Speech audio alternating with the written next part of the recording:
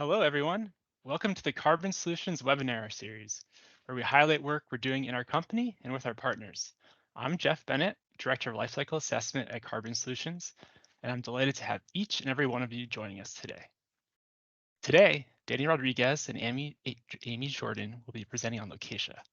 Please note that this webinar is being recorded. You can view this presentation along with previously recorded webinars on our YouTube channel. We'd like this to be more than a one-way conversation, so we encourage you to share your questions in the Q&A section. We have dedicated time for Q&A after the presentation, but feel free to drop your questions throughout the session. Thank you again for being here. I'll pass this over to you, Danny. Thank you, Jeff, and welcome everyone. My name is Danny Rodriguez, and I'm a research analyst with Carbon Solutions.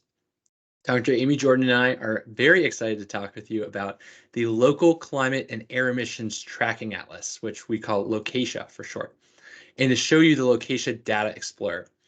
Now, Dr. Jordan and I are just part of the development team, which also includes Dr. Jeff Bennett, Chris Gilhooly, Kat Sale, Dr. BJ Brooks, and Dr. Jonathan Ogland-Hand. In our presentation today, we are going to cover, and Amy, if we can go to the next slide. Perfect. We're going to cover why we built LOCAETA, how we built it, and then give a brief demonstration of the prototype Data Explorer with plenty of time for questions at the end. If you have questions during the presentation, please feel free to put them in the Q&A and we'll get to them at the end. If we can go to the next slide. Perfect. So the motivation to develop LOCAETA stemmed from two problems that we identified. The first is that air pollution is an important public health factor, and it often impacts disadvantaged communities more. The second problem is that decarbonizing industry likely benefits from air quality, but the extent of that benefit is unknown.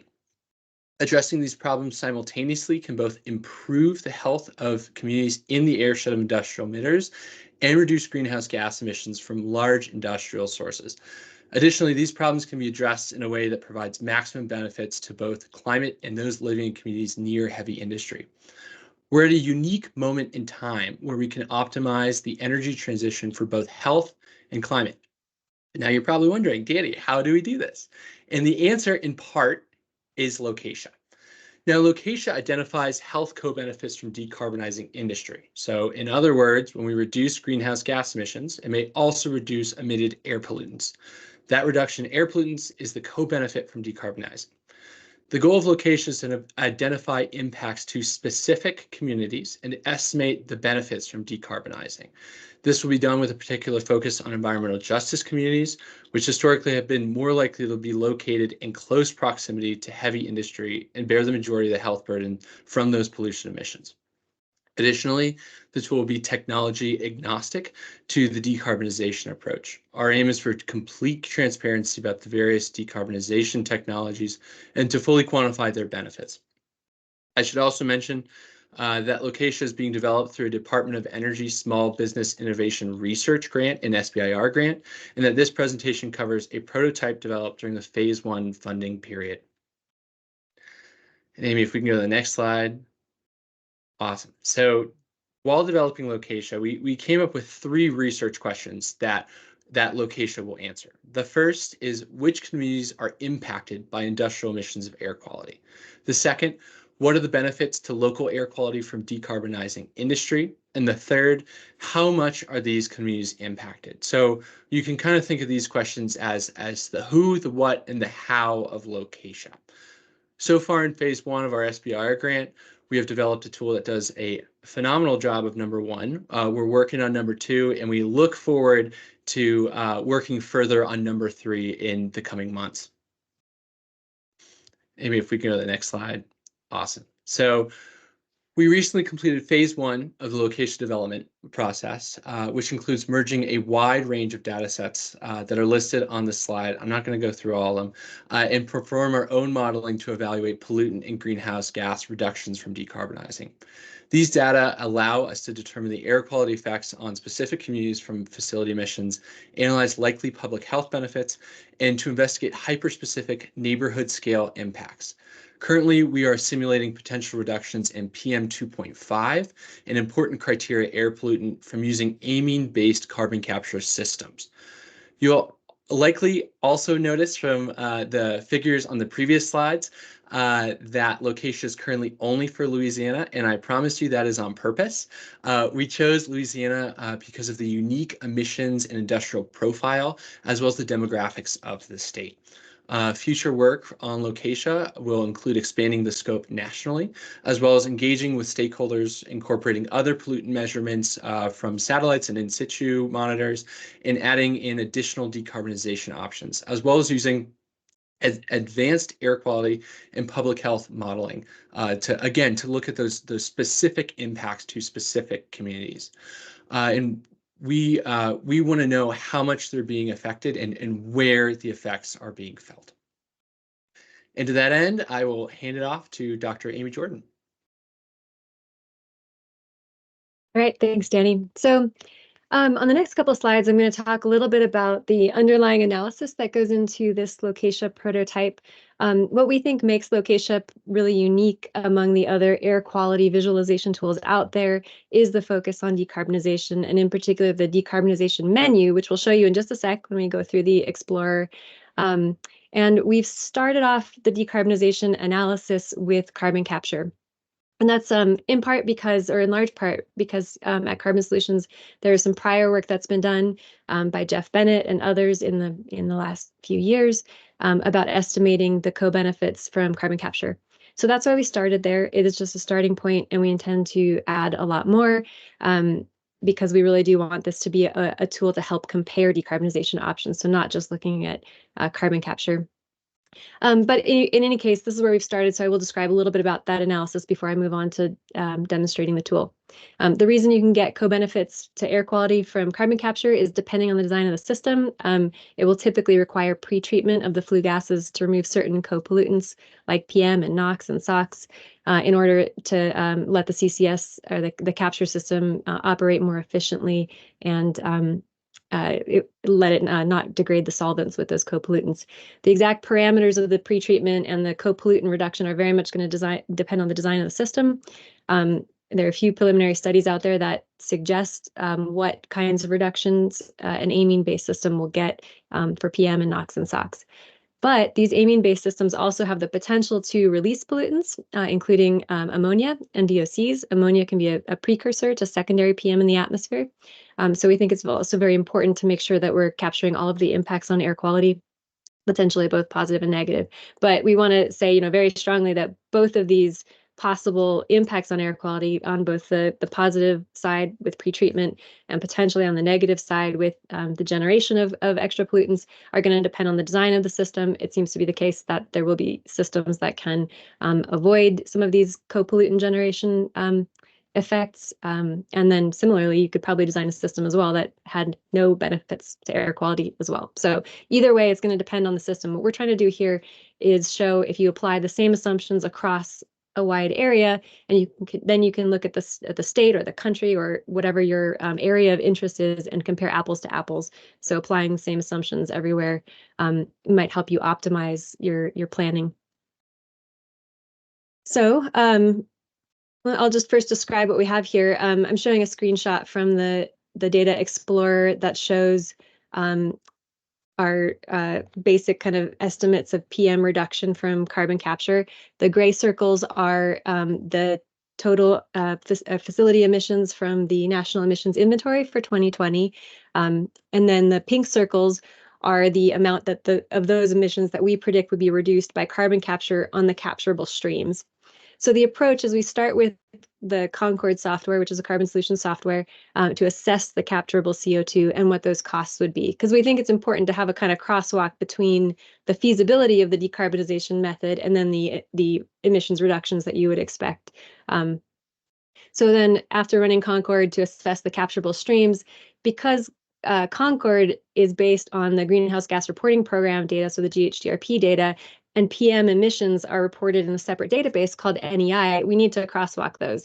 And this seems like it should be very easy. After all, they are both EPA databases. However, it turns out to not be simple at all because the two databases have different reporting requirements. So you end up with facilities that might be broken into multiple facilities in one and not the other.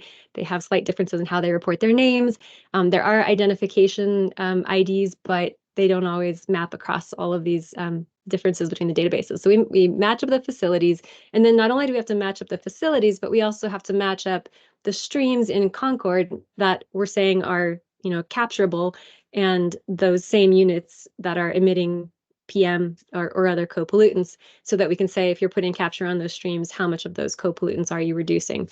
So we not only match the facilities, but we also match those streams. And then we're going to apply reduction percentages from the literature to the captured streams. For this first effort, we focused on stationary combustion streams. So that would be CO2 or emission streams that are not part of any specific industrial processes. So this is a limitation for starters, but we intend to start to expand, and I can describe a little bit about why we did what we did and where we're going with it. And then, so in addition to calculating the reduction potential, we also compute the potential for ammonia and VOC formation with some assumptions about the amine-based system. I won't go through these numbers on the table here, but it is just an example of some of the calculations that we did for 4 facilities in Louisiana, some of the larger PM and CO2 emitting facilities. And you can see, we're grabbing facility totals of carbon dioxide, and then the amount that is attributable to stationary combustion going on at those facilities. The stationary combustion does tend to be a large part of the capturable CO2 across the state. It's about 78% of the capturable CO2, but can vary widely within individual facilities. And we don't mean to imply at this point that streams other than stationary combustion, like, streams coming from the production of cement or ammonia, will be uncapturable. That's not the implication. It's just that we'll need to look at the industrial sectors a little more closely in the next phase of the work. For example, you might have processes where you have significant PM, but not very much CO2 and other co-pollutants. So that might not be a stream that would be expected to have CO2 capture. And so you wouldn't get the PM reductions from that stream, because it might not be a great capture target. But we want this to be a really transparent tool, and we want to be able to talk about all these issues. So the current limitations on LOCAETA, we've been talking about this being an early prototype. It has a number of limitations that we intend to keep working on as we move forward. One of the very first things that we intend to do is work with communities to get feedback and let that feedback drive the next most important steps in improving this tool for use by environmental justice communities, for regulators, for NGOs, for whoever wants to use it. One of the things that we did hear loud and clear during our phase 1, during the conversations that we had, is that this tool will be really useful if we compare multiple decarbonization options. So not just CCS. So right now, the limitation is that it is CCS only, and not only just CCS only, but amine-based only, and that we're using preliminary literature estimates for co-pollutant reduction. So there's a lot of work still to be done here. Another limitation that I mentioned is that we're only considering capture on the stationary combustion streams. Other streams may be capturable. And then there's a couple of details about how we're doing the work and the ways in which that introduces uncertainty in our results, including the way we use the codes reported in NEI to match up streams and subparts. And then the algorithm that we've written to match the facilities and the units comes with uncertainty just by nature of these databases, which are surprisingly different from each other. So with that, I will move to giving you a demo of the tool. You can go ahead and find this online as well, but I will walk through it here on the web. Can you all see my pointer? Danny, you nod if you can see my pointer.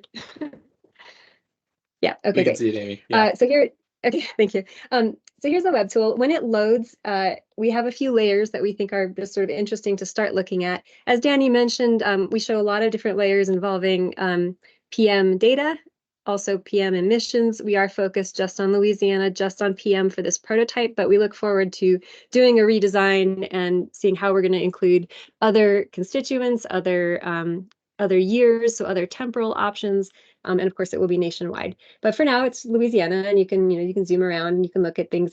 The layers that are presently showing are satellite PM 2.5, and you can click on any of these options in the menu to find out more information about where the data comes from. And we hope we've given a little bit of an explanation to help make sense of these data.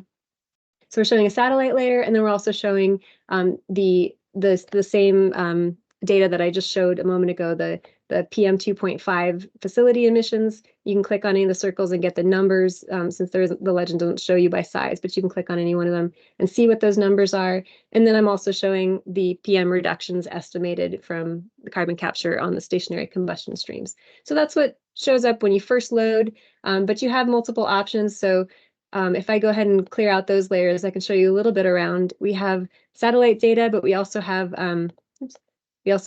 Air Now and Purple Air, some of the in situ sensors, so you can see where those are located. Because we don't have a lot of temporal options here, this isn't that kind of website for looking at your air quality data. These are going to be yearly averages, but you can click on them and you can see what the maximum is.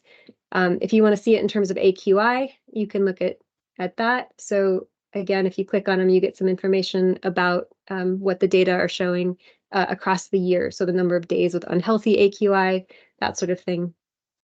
But the measurements don't necessarily tell you what your risk is, especially in the communities that don't have in situ sensors. So then the next menu shows a lot more layers that can help get a handle on what the actual risk is from these pollutants. So for example, we have air toxics cancer risk. This comes from EJ Screen. Again, you can click on the info button and get more information about what these data are showing. Here for Louisiana, you can really clearly see the infamous Cancer Alley. This runs from Baton Rouge to New Orleans, and it happens to be home to much of Louisiana's industrial activity, which you can see by looking at the facility emissions. So these are the layers that will help you look at risk and health impacts, and you can click on them, and you can see these are in percentiles nationwide. But you can also look at air toxic, respiratory hazards, asthma, life expectancy, and some other information. We also have the federally designated disadvantaged communities from CEJST on here. And again, if you click on it, you can get a lot of information about how those are determined. We do hope as we move forward to be able to incorporate data sets from maybe from states that have designations for disadvantaged communities. So other layers that might be more sensitive to what more local areas are experiencing. But for now, we're using this federally designated disadvantaged communities layer. And you can click on it and you can see the threshold criteria that are exceeded in each one of those. Again, if we clear out the layers, the next menu shows PM emissions by source. So we have our facility emissions that I've already shown. And then we also have some county level estimates that come from the National Emissions Inventory. And this is really important because, we're talking about decarbonizing industry here, and what kind of information you can get about that. But PM emissions come from a lot of different sources besides just industry. So if we're looking at our satellite data, for example, you maybe don't know if the PM that's being observed is from these facilities or if it's from other things. Like, for example, from fires. Here in Louisiana in 2020, there were some fires in this area, and I think that's reflected in the satellite data from the same year from 2020. But there's PM emissions from the fires. You can have dust, agricultural dust, oil, gas, and mining operations, transportation. So we have a few transportation layers, including the highways, railroads, and marine vessel traffic, which is shown a couple of different ways. Once again, these sorts of layers up here, they don't tell you what your risk is, or in the case of items in the menu up here, it doesn't tell you what the PM emissions are, but there are the estimates at the county level, at least for things like on-road and off-road, marine and locomotive, from the National Emissions Inventory. And then the last menu is the Decarbonization Data Explorer, which, as we said before, currently only has CCS. And again, you can see the reductions in PM estimated using this one method across the state, applied consistently. But we hope that this menu eventually will expand. It'll be, I sort of picture it, growing, covering up the other menus, or somehow popping up and having a lot of different options. So that could be CCS, industrial electrification, fuel switching to clean fuels, decommission. So we hope to have a lot of different options in the decarbonization menu and a lot of underlying analyses that back it up. There are a couple of preset layer options up here that you can choose from. There's the transportation related ones, which show up with the diesel PM in the background. You can click on that and you can see what the diesel PM is. We have the cancer risk and facilities. This is similar to what I was showing before with the air toxics cancer risk. There's an all PM data layer, and then there's the carbon capture layer. So those are just some options you can choose between, or you can just play with the menus here. And just to zoom in on one of those areas of interest here, this is the town of DeRidder. And if you're, say, a community member in DeRidder and you want to know what the benefits will be from decarbonizing the nearby pulp and paper mill, this Explorer lets you see sort of a lot of different layers all gathered together in the same place that you may not be able to find together. So as you can see from the satellite data, there are a couple different places around DeRidder, including the town, which is kind of right here. And the town sits at the intersection of some highways, so maybe there's some PM coming from that. Here's the facility and the facility emissions.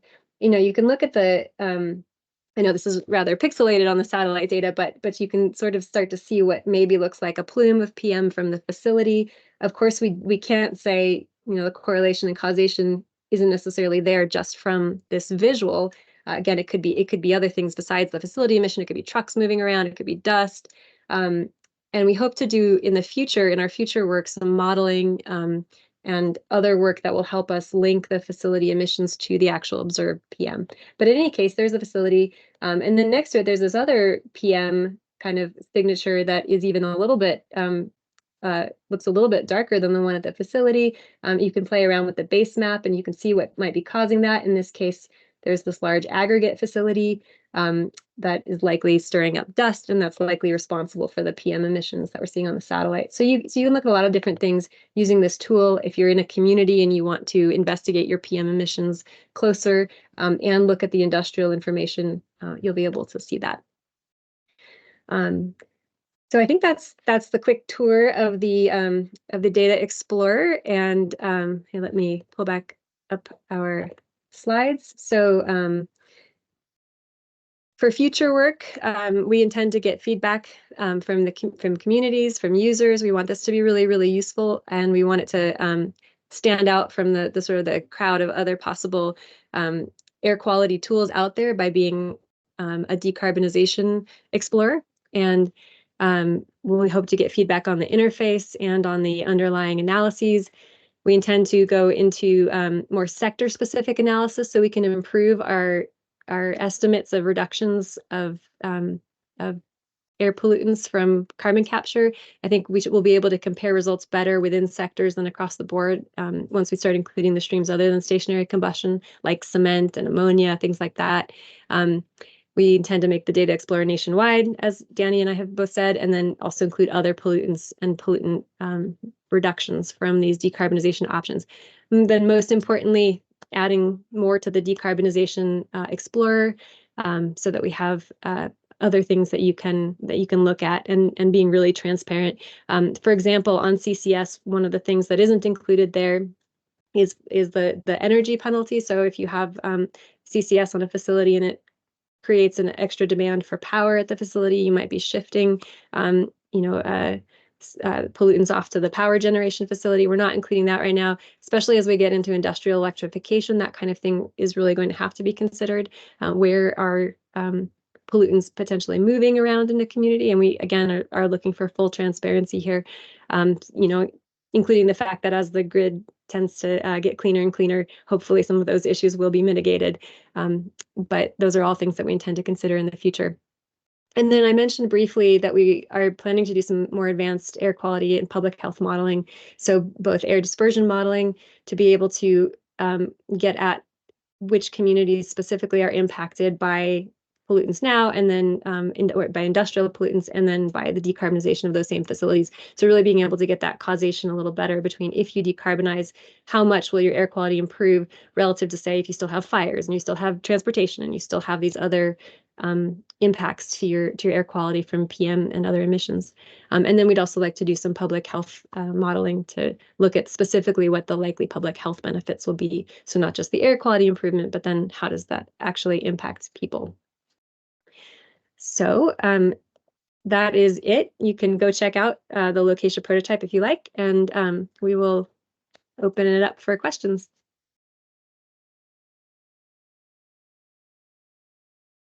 Excellent presentation. Thank you so much, Amy and Danny. Yeah, there's one question in the Q&A so far. If anyone else has questions, please drop it in that section.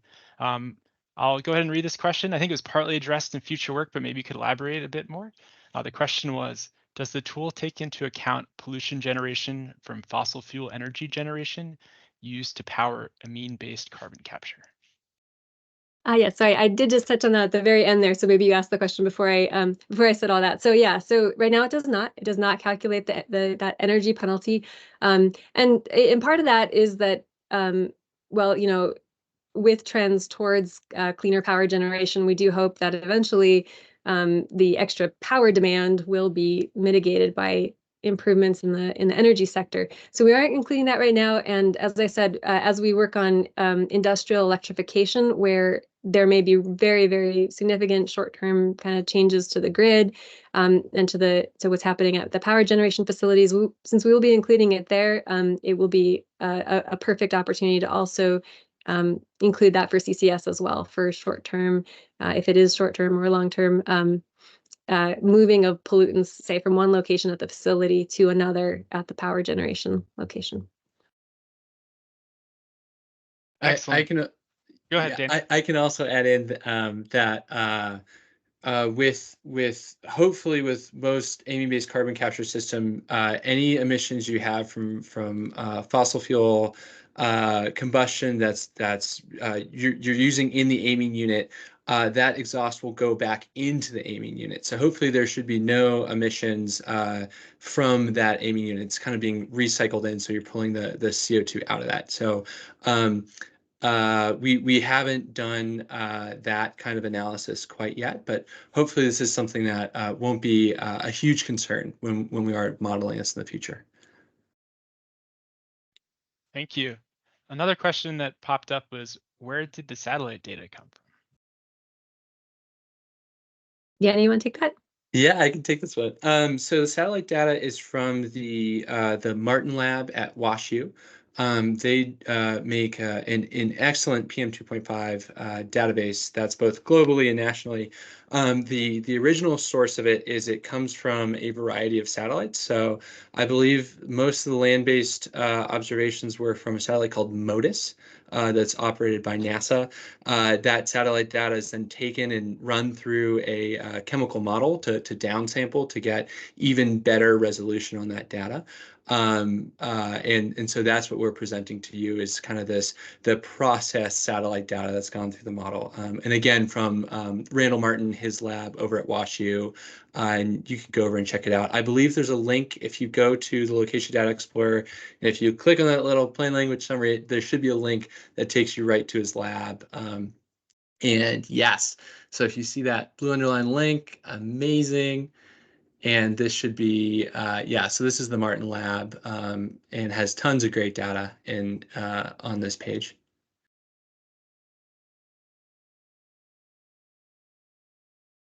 Excellent. I have a question of my own. You mentioned that you're looking for feedback. If people have thoughts, how should they be reaching out?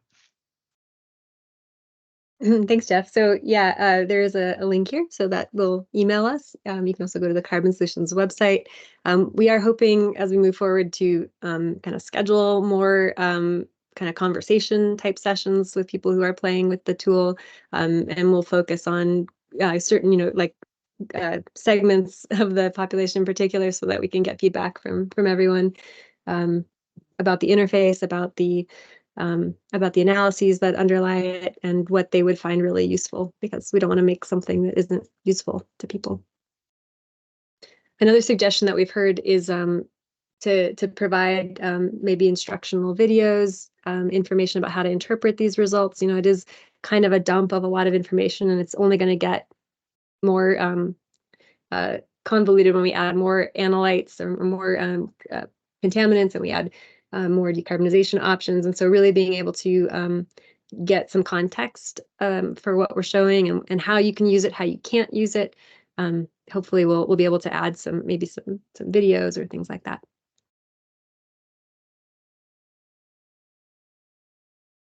Thank you.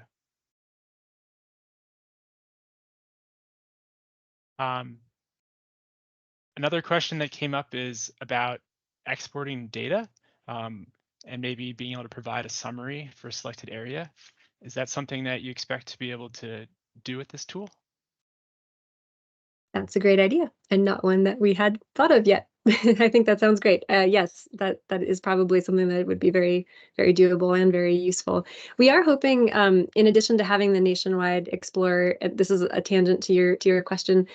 We are hoping to zoom in to a few locations. We haven't picked them out yet or haven't figured out who we'll partner with, but to really do some focused studies on communities that have heavy impacts from industrial pollution. And for those areas, it won't just be, like, oh, here's the data in a bunch of tables from the Explorer, but some focused modeling using tools like AirMod, and really honing in on some of those questions that I mentioned, involving using the air dispersion modeling and the public health modeling to really get neighborhood scale impacts to communities from the industrial facilities in their areas.